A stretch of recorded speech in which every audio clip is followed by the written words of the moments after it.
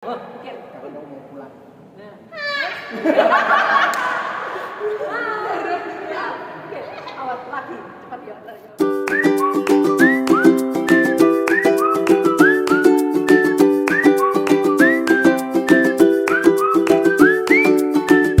Selamat pagi, siang, sore, sahabat Papi, podcast ala Pius. Kita berjumpa lagi setelah beberapa minggu, mungkin sekitar 2 minggu kita tidak mengadakan podcast karena kita ganti videonya dengan UKK. Nah, kita memperlihatkan kesibukan UKK di SMK Pius. Tapi karena kegiatan itu sudah selesai, kita mulai membuat konten lagi. Nah, yes. Ini tentunya bintang tamu kita hari ini adalah orang yang sangat luar biasa dan tentunya juga sangat memberikan edukasi untuk kita semua, terlebih untuk siswa-siswa SMK Pius. Nah, ini bersama siapa? Bersama Ibu, mohon perkenalkan diri Ibu.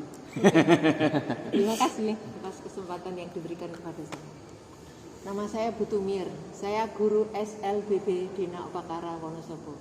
Saya hadir bersama murid kami, alumni Dina Upakara yang bersekolah di SMK Pius Magelang, Wonosobo. Siapa nama? Nama saya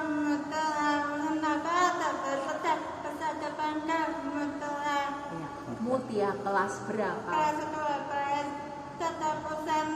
Oke, teman yang lain silakan. Nama saya Denar Febrang Besudan. Nama saya Denar. Oke, terima kasih. Siapa mengajar artikulasi? Betul. Mana Butumir? Dulu sebelum sekolah bisa bicara atau tidak? Oh, Tidak betul. Butumir menolong. P1, P2, P3, sekarang sudah pintar. Luar biasa. Ya, inilah tugas Butumir, itu mengajar artikulasi. Orang sering mengatakan anak tunarungu itu bisu, tetapi tidak, di tangan kami. Kamu harus bisa bicara. Pa, po, akhirnya bisa seperti ini. Kami merasa puas. Kenapa? Karena kami melayani dengan hati. Iya, melayani dengan hati. Gitu. Oh, ya. Oke. Merasa Senang. ya. Iya, Bu Tumir ya. Mengajar artikulasi Bu di Dina Iya. Upakara. Iya, Mas. Saya mengajar artikulasi. Ketika saya guru baru itu tahun 80, itu ada suster ahli. Kami guru baru itu selalu diberi les. Les berbagai latar belakang tentang anak tunarungu yang akan kami dampingi, karena sekolah Dina Upakara itu sekolah khusus untuk anak tunarungu. Kami harus tahu siapa itu anak tunarungu, maka guru baru harus belajar tentang psikologi anak tunarungu, belajar bagaimana mengajar anak tunarungu, bagaimana mengoptimalkan sisa dengar anak tunarungu, bagaimana cara mengajar supaya anak tunarungu itu tidak bisu. Itu pelajaran artikulasi. Artikulasi. Jadi kami belajar, lalu tahu oh seperti ini anak tunarungu, sehingga kami sungguh diajari untuk mencintai bahwa ini sebagai guru itu diutus oleh Tuhan untuk membuka mulut mereka, membuka hati mereka juga dengan hati supaya klik. Iya. Seperti ini bagi kami kan ini sangat awam Ibu ya. Iya. Sangat awam. Lalu apa yang menjadi kesulitan untuk mengajarkan mereka di awal? Mungkin mereka kurang percaya diri atau yang seperti gimana Bu? Saya sendiri juga. Iya. Bagaimana ya? Sekali lagi kalau kita itu melayani dengan hati, akhirnya hati yang berbicara. Lalu hati kita menjadi peka. Karena apa? Karena kami terbiasa dengan hati, lalu terolah terus, itu hati kami menjadi peka. Misalnya, anak tunarungu itu ingin tahunya besar.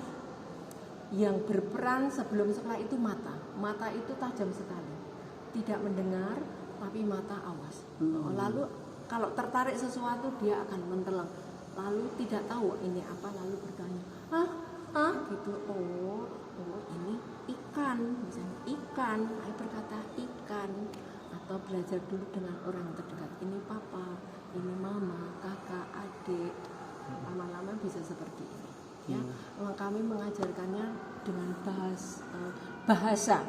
Karena bahasa itu kan sebagai basic untuk mengembangkan daya nalar juga perasaan. Nah, maka bahasa ini harus kami berikan dengan yang bahasa sederhana dulu, yang ada, yang dilihat, yang dialami oleh anak itu kami bahasakan. Misalnya anak melihat ikan, tidak tahu,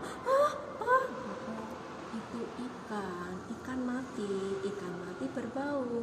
Nah, seperti itu. Lalu ikan kami tunjukkan ini ikan, lalu tulisan ayo berkata ikan, jadi global. Nah, global seperti ini. Ternyata pelan-pelan itu dia bisa memperoleh bahasa. Kami memberi bahasa itu sekarang ada playgroup, itu umurnya 4 tahun. Kalau kami berikan bahasa itu kan masa emas untuk menerima hal-hal baru. Nah, itu bahasa kami berikan sampai anak kelas 3. Mulai kelas 4 kami mengajarkan dengan sudah terprogram misalnya IPA, IPS dan lain-lain. Iya. Gitu. Tapi fokusnya bahasa dulu. Bahasa yang diucapkan, karena dengan bahasa dia bisa mengungkapkan keinginan anak-anak. Dan kami sangat bersyukur ya dengan adanya Bu Tumir ini.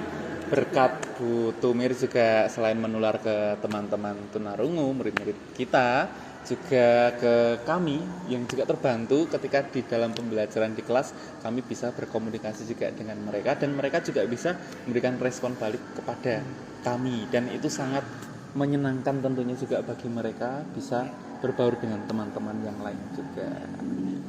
Kami juga bersyukur bahwa SMK Pius Magelang ini menerima anak yang orang mengatakan ini kan orang cacat gitu ya, tapi di mata kami setelah kami proses sekian lama toh akhirnya bisa seperti yang lain. Iya. Bisa. Jika kami boleh tahu tuh mulai kapan Ibu bekerja sama dengan SMK Pius bisa, oh ya anak ini bisa kami terima, kami kembangkan gitu. Iya. Kira-kira mulai kapan? Tahun berapa ya? Tahun 2010 apa ya? Saya lupa ya. Tepatnya ya. Tapi sebelum ini sekolah ini pernah menerima murid kami yang pertama kali, itu namanya Trini Narendras. Trini Narendras itu rumahnya depan SRJ Magelang. RSJ ya? RSJ Magelang. depan rumah itu. Nah, punya anak tunarungu. Lalu ketika itu tahun 80-an ke atas ya, itu anak itu lulus SMP. Lalu coba sekarang karena anak ini pintar, lalu coba di SMK Pius Magelang. Lalu ada kerjasama suster, ketika itu suster Belanda. Lalu kerjasama di sini, Trini dicobakan, ternyata bisa. Lalu alumni kami banyak yang sekolah di sini. Tapi setelah tahun 2010 atau 2015 saya ke sini, lalu mulai kami tata. Yang pernah sekolah di sini itu sini, oh ternyata banyak sekali.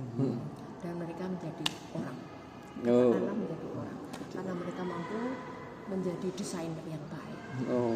Alumni sini banyak yang menjadi desainer. Kenapa dari Dena Upakara merekomendasikan sekolah kami gitu Bu? Kami penasaran sebenarnya.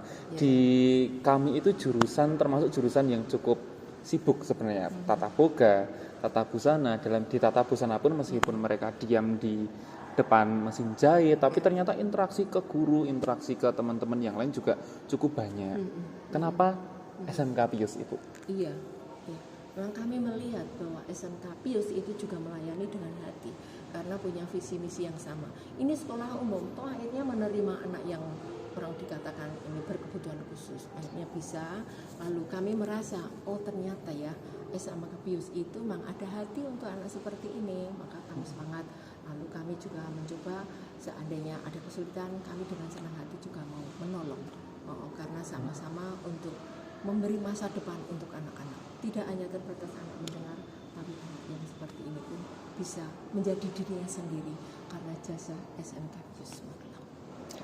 Ya, Tentunya juga terus Siap Bu.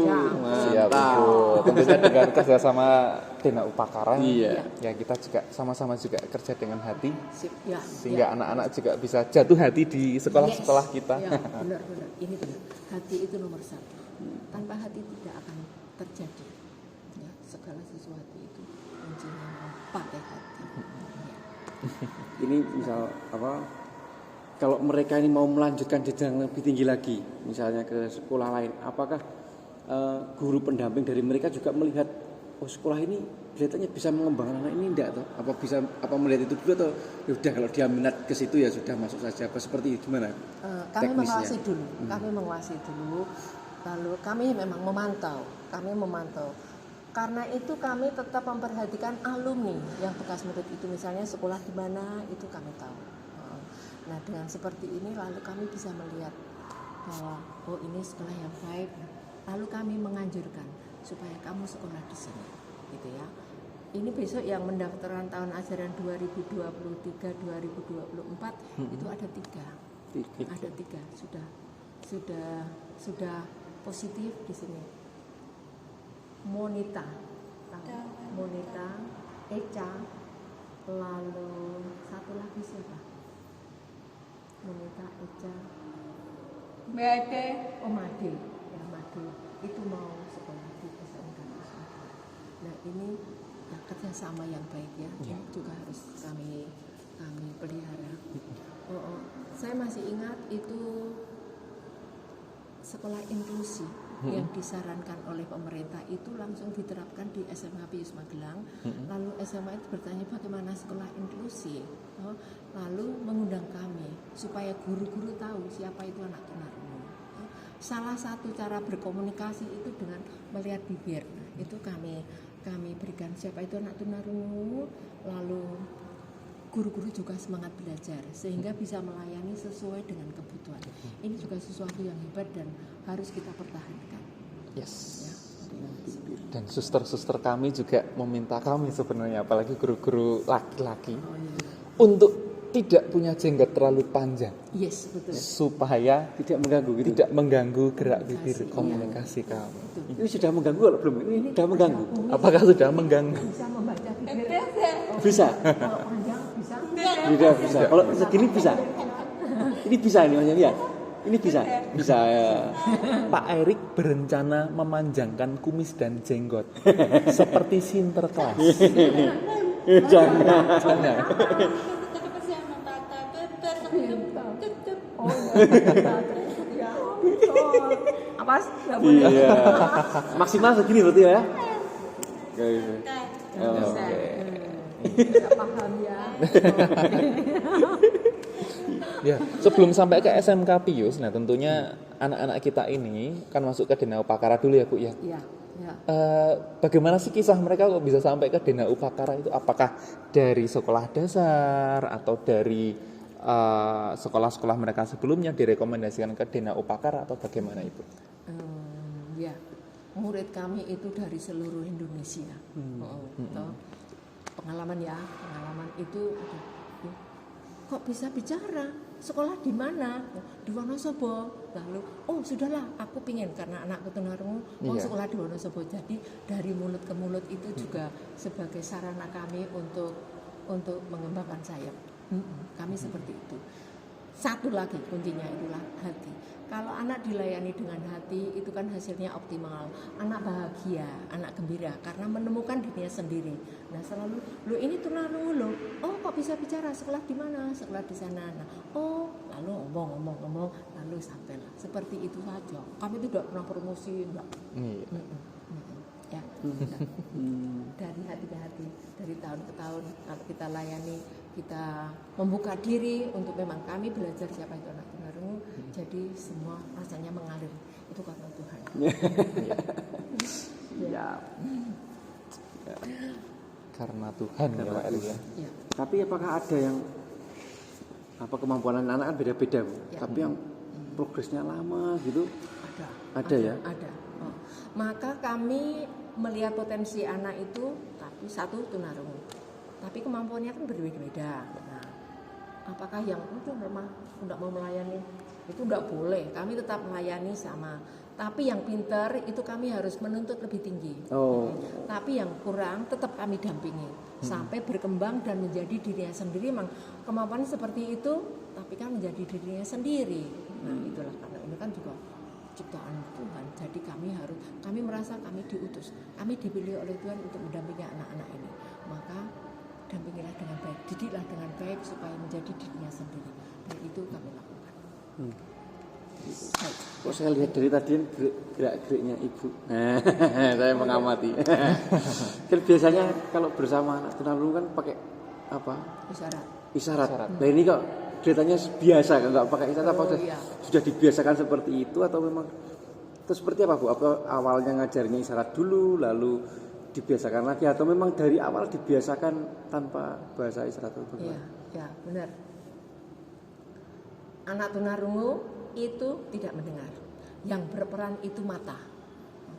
Jadi kalau kami mengajar tanpa mata kan anak akan memperhatikan guru. Nah, misalnya ya, saya bicara lembut. Anak-anak, sekarang hari apa? Hari Jumat. Kami mau belajar. Kalau lembut gitu anak-anak kan memperhatikan kalau gurunya bicara lembut lalu kan anak mengantuk. Tapi kalau kami berekspresi, sekarang hari apa? Sekarang hari apa?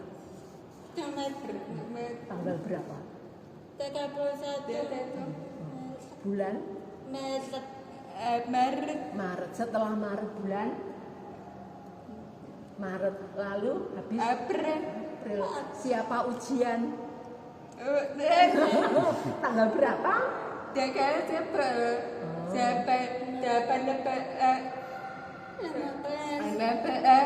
April. Sudah belajar atau belum?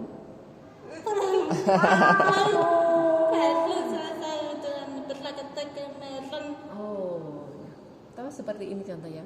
Jadi kalau saya itu hidup gitu, lalu anak kan tertarik karena bekal mata tadi. Kalau aku lembut, anak-anak kan sayang. Maka kami orang mengatakan mungkin batin maju itu sebenarnya kami berusaha supaya anak paham dengan segala cara kami. Yang penting kamu tahu dengan cara seperti ini. Gitu. Iya. Kalau dalam pelajaran bahasa Indonesia di KD drama, itu artikulasi, mimik dan gestur. Ya, betul. Gestur ini juga penting. Kami juga, besar. Misalnya itu bukan isyarat tapi gestur. Gestur sangat dibutuhkan oleh anak-anak karena itu membantu pemahaman. Betul sih. Ya. Dan komunikasi kerasa banget ya dengan hati. Iya. Harus memperhatikan sama-sama komunikan dengan komunikator harus sama-sama saling memperhatikan. Betul. Ya. Ini Bu, saya juga punya pertanyaan lagi nih. Saya melihat teman-teman yang berkebutuhan khusus di sini nih, yang tunarungu tentunya, itu ada yang pintar sekali bermain basket. Nah. Ini nih cara kerjanya dia tuh bagaimana ini nih? Karena ada yang pintar sekali bermain basket. Contohnya si Lala kalau nggak salah, Angela dari Kalimantan itu ya. Nah ini dia itu kan pintar sekali main basket, syuting, lalu oper dengan teman. Kok dia tahu posisi teman saya di sana, saya mau dikasih bola. Itu gimana, Bu? Memang dilatih ya. Karena di Wonosobo itu ada 2 sekolah untuk anak tunarungu.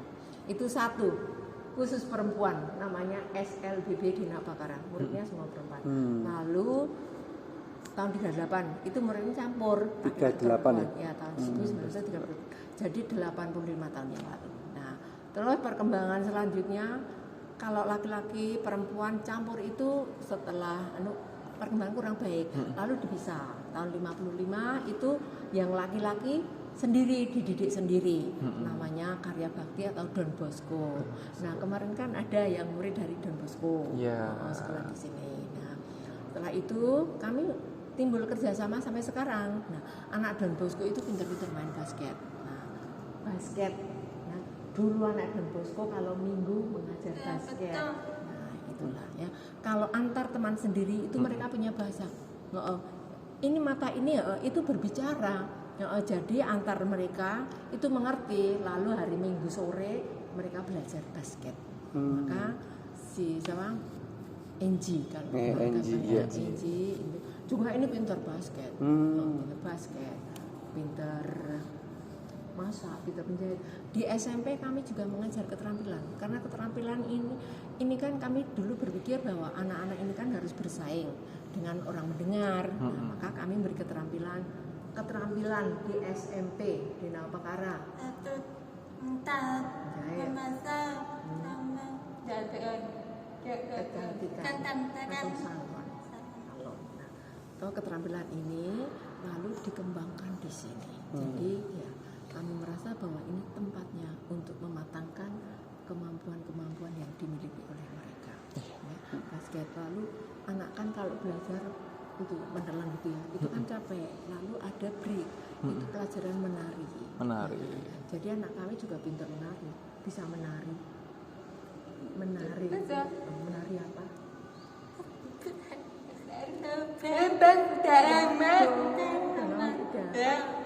Berarti pelepasan bisa ikut menari di panggung. Iya. Tidak apa-apa. Boleh menari.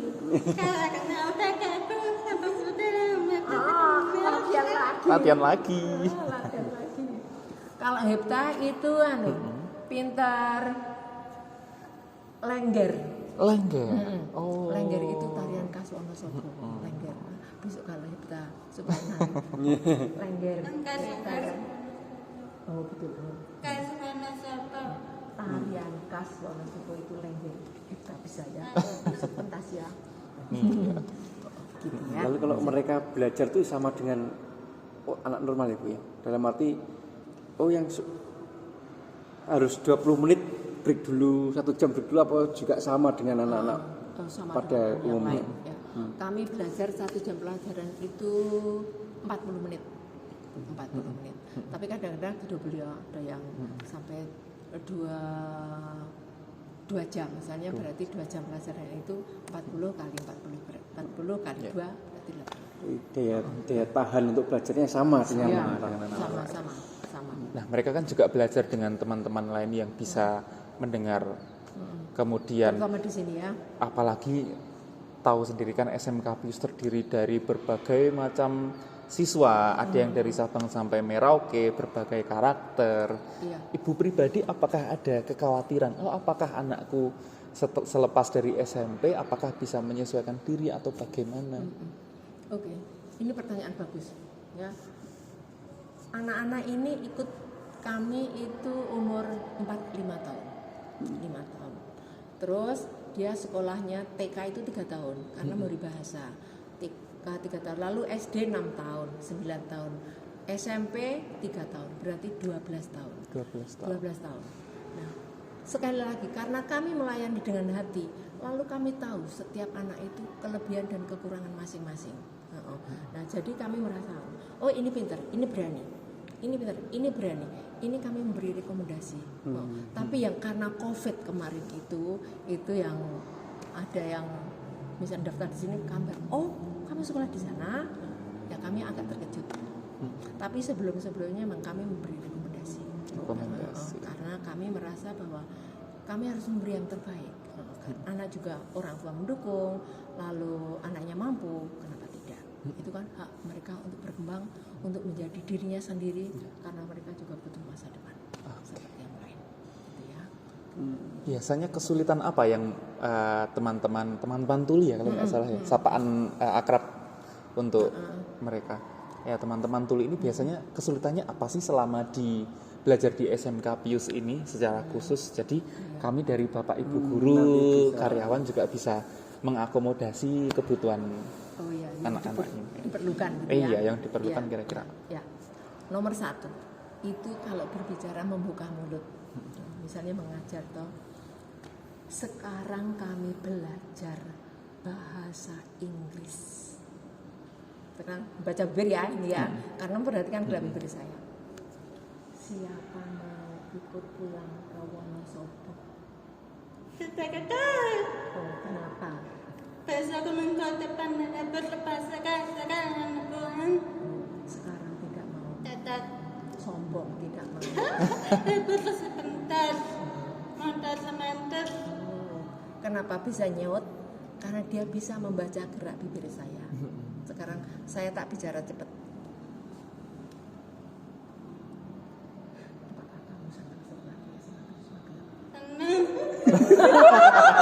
Oh, saya bicara cepat ternyata. Kenapa?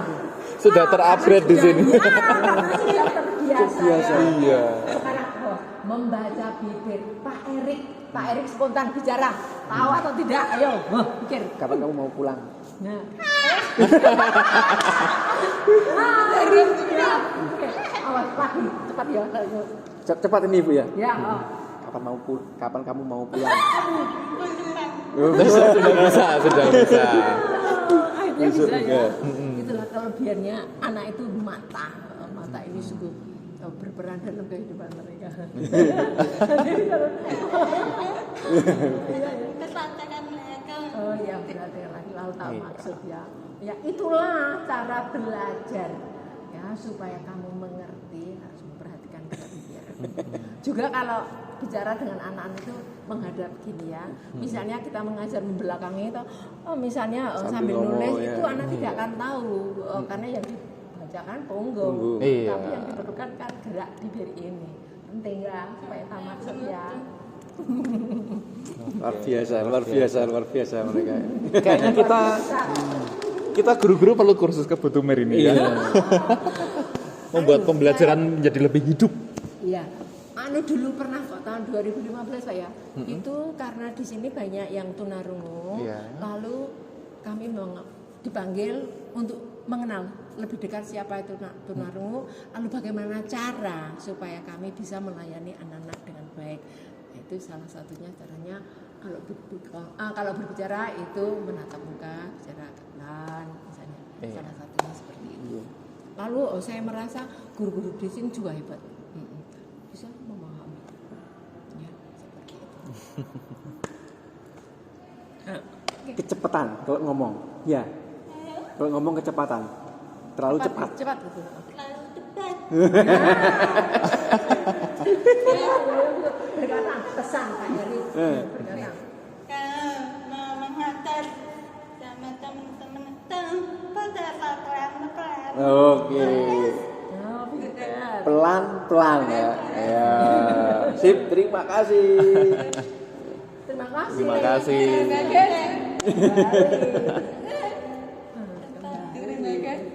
Iya, oke kembali. Iya. Galak tidak?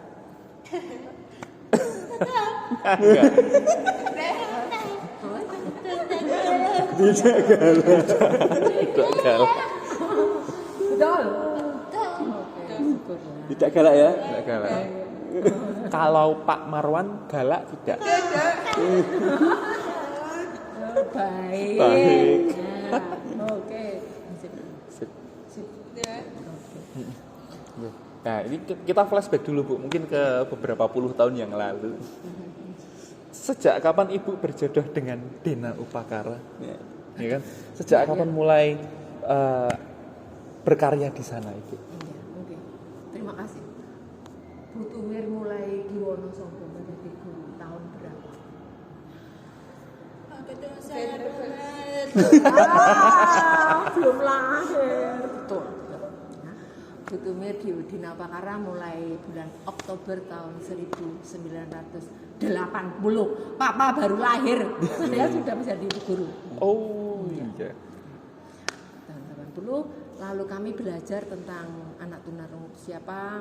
Lama kami semakin jatuh hati pada mereka. Lalu saya merasa ini duniaku. Aku harus menekuni ini lagi kuncinya hati. Itu dengan hati. Ternyata memang duniaku di sini. Lalu anak-anak yang sudah lulus itu tetap ada ikatan dengan kami. Karena apa?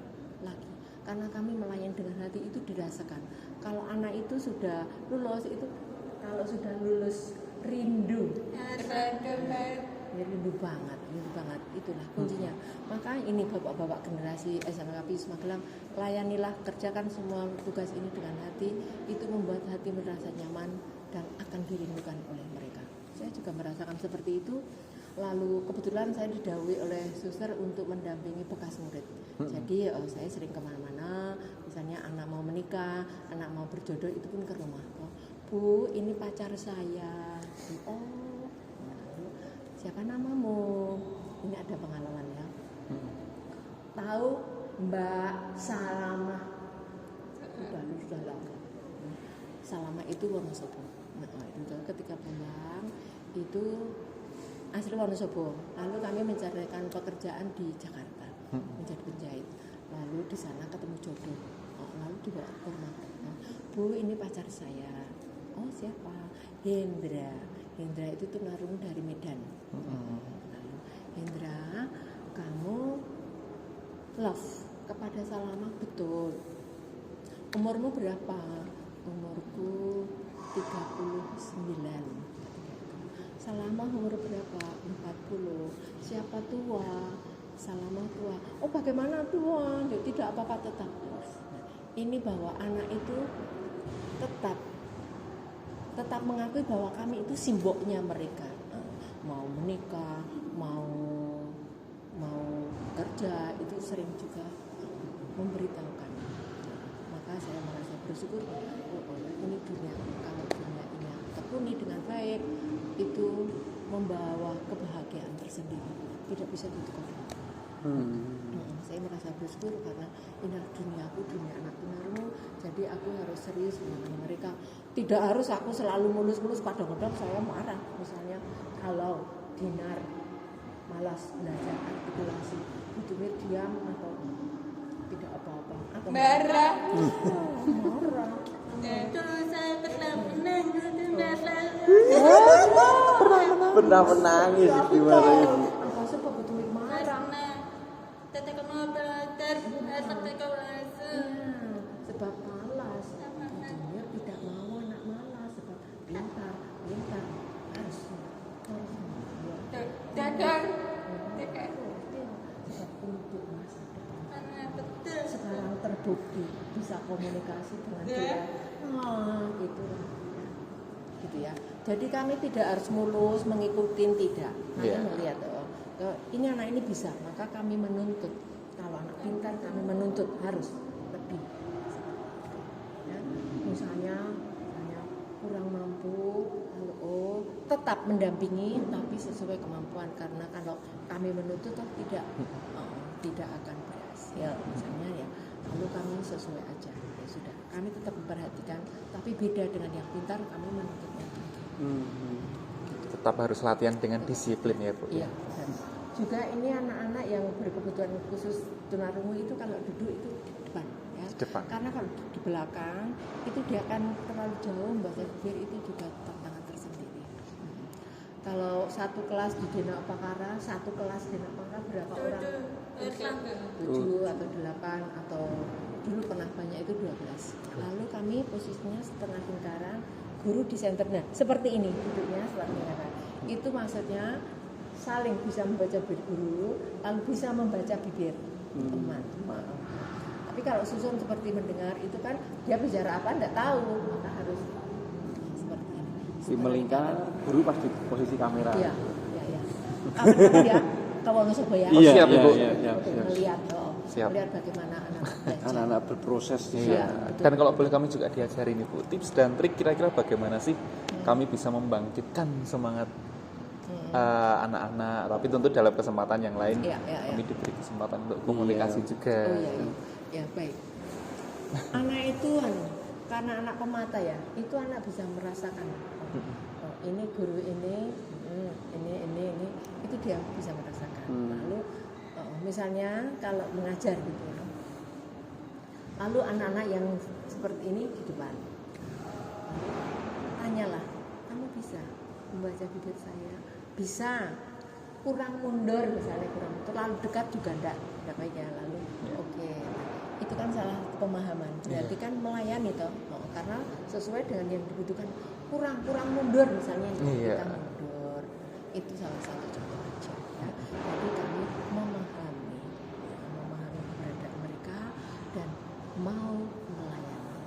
Oh seperti ya, lalu sesuai kebutuhan seperti ini, jadi pas sesuai yang dibutuhkan. lakukan itu rasanya kemana ya, lagi sekali lagi itu memang pakai hati Iya. hati dengan anak-anak istimewa ini. Terima kasih banyak Bu. Tidak terasa ternyata kita juga sudah cukup lama Cukup ya. lama.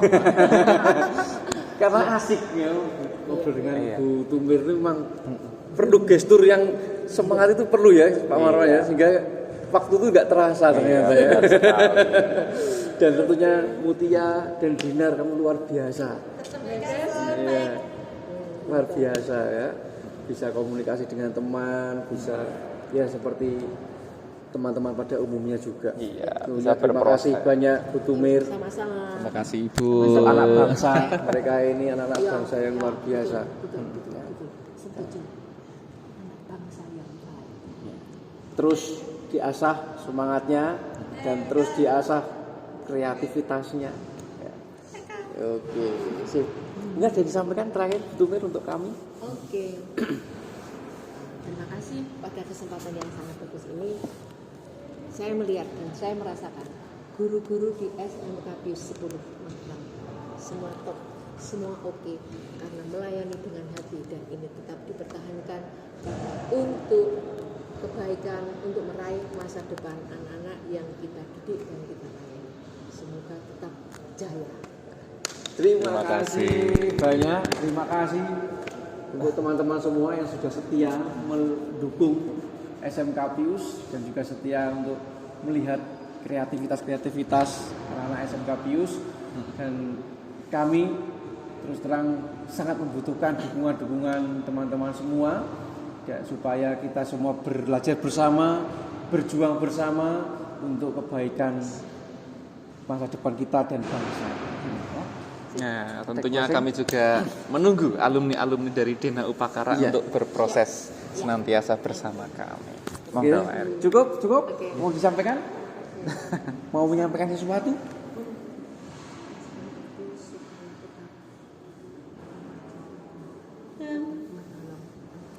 Allahumma kata tahammatu semoga kata panah pada bodoh apa memperlantakan kami anak pada kebetulan khusus. Terima kasih. Cinta kita untuk kita semua tidak membedakan satu sama lain, tetap di Papi Podcast ala Pius. Terima kasih.